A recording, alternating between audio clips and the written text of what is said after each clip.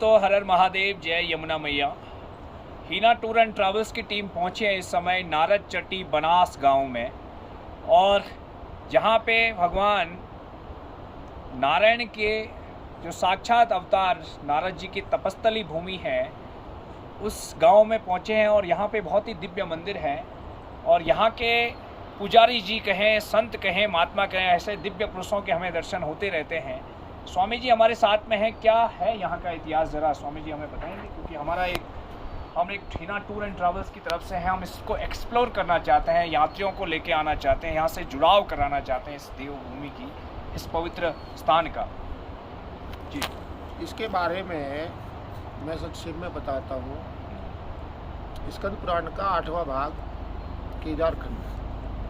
केदारखंडम जो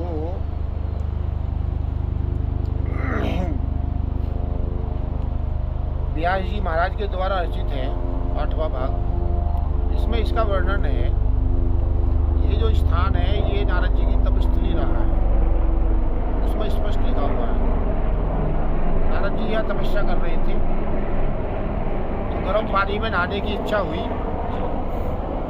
अग्निदेव को उन्होंने प्रकट किया। अग्निदेव ने यहाँ पर गर्म पानी का ये स्रोत पैदा किया, ऐसा उस पुस्तक में लिखा हुआ है। एक बार यहाँ पे पानी की थोड़ी किल्लत थी, बारिश हुई नहीं काफ़ी दिन तक। तो यहाँ पे नारद जी ने भी गंगा माँ को याद किया। गंगा माँ यहाँ पे प्रकट हुई। तो ये जो नारद गंगा है ये पहाड़ के अंदर से निकली है। यहाँ से 20 किलोमीटर दूर पहाड़ के अंदर से ये निकली है। इसका कोई स्रोत का पता नहीं चलता। तब से ये नारद गंगा लगातार बह रही है। तो ये दो चीज़ें हैं यहाँ। इधर से यमुना जी आती है यमुनोत्री धाम से, इधर से नारद गंगा का यहाँ संगम है। जब भी कोई विशेष त्यौहार होता है तो गांव वाले यहाँ मेला लगाते हैं, स्नान करते हैं, पूजा पाठ भी करते हैं। इस गांव को नारद चट्टी कैसे वैसे कहते हैं? नारद चट्टी के नाम से भी कहते हैं, और वैसे बनास गांव का नाम है जो प्राचीन है। यहाँ का जो मेन इतिहास ये है, जब नारद जी ने तपस्या की थी तो भगवान नारायण यहाँ प्रकट हुए। उन्होंने उनको दर्शन दिए तो उन्होंने नारद जी ने यही कहा, प्रभु आप इस स्थान को मत छोड़ना। तो भगवान ने उनको ये कहा था कि ये नारद ये स्थान तुम्हारे नाम से विख्यात होगा। तब से इसका नाम नारद चट्टी पड़ गया। नारद चट्टी के नाम से ये हमारे ग्रंथों में इसका वर्णन भी है। प्राचीन काल में जब ये यहाँ पे एक चबूतरा बना दिया था गांव के लोगों ने जी, यहाँ पे दो जमीन के अंदर से ही 2 लिंग प्रकट हुए थे। शिवलिंग प्रकट हो गए। लिंग मतलब लिंग प्रकट ये आपका जो है एक नारायण के नाम से है और दूसरा है लक्ष्मी जी के नाम से। लक्ष्मी जी के नाम से वो अब भी मंदिर में उनकी पूजा होती है, मंदिर में है, विराजमान है। मेन वही है। धीरे धीरे फिर जो है साधु संतों यहाँ आने लगे तो फिर ये मंदिर का निर्माण हुआ। इसका कोई निश्चित समय नहीं है कब हुआ। कोई कहते हैं 500 साल पहले बना, कोई कहते हैं 1000 साल पहले बना। बहुत प्राचीन मंदिर है। हम लोग जो है इसकी पुनर्निर्माण वगैरह करवाते रहते हैं। अभी इसमें पत्थर लगवाए हैं करीब 1 साल पहले। अच्छा स्थान है ये। बिल्कुल, जैसे आप लोगों ने सुना है कि ये स्थान नारद चट्टी के नाम से विख्यात है, और इस स्थान पे जब गांव वालों ने खुदाई किया तो 2 छोटे लिंग के स्वरूप में यहाँ पे लक्ष्मी और नारायण के स्वरूप में 2 लिंग प्रकट हुए, और तब से इस मंदिर में उन लिंगों की पूजा की जाती है। यहाँ पे मेला लगता है।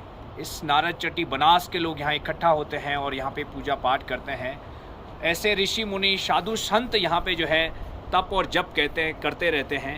इसलिए कहते हैं कि यहाँ सिद्धियाँ क्रीड़ा करती सिद्धों की परिपाटी है।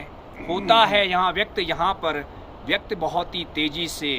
इसका नाम हिमालय है, ये सपनों की घाटी है।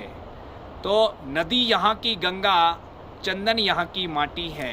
तो यहाँ पे कण कण में भगवान का वास है। और ऐसे ही जो पवित्र और दिव्य स्थान है, जो स्थान अभी दुनिया के समक्ष लोगों को पता नहीं, जिसका स्कंद पुराण में केदारखंड में बहुत ही बड़ा वर्णन है, ऐसी चीज़ों से अभी जो है कि टूर ऑपरेटर्स जुड़े नहीं हैं।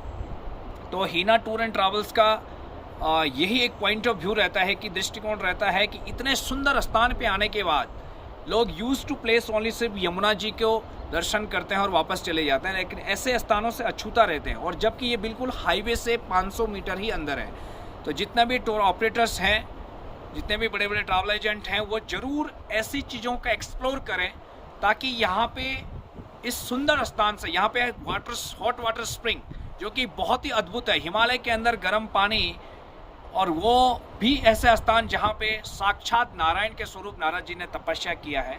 तो ऐसी चीज़ों को ज़रूर दिखाना चाहिए।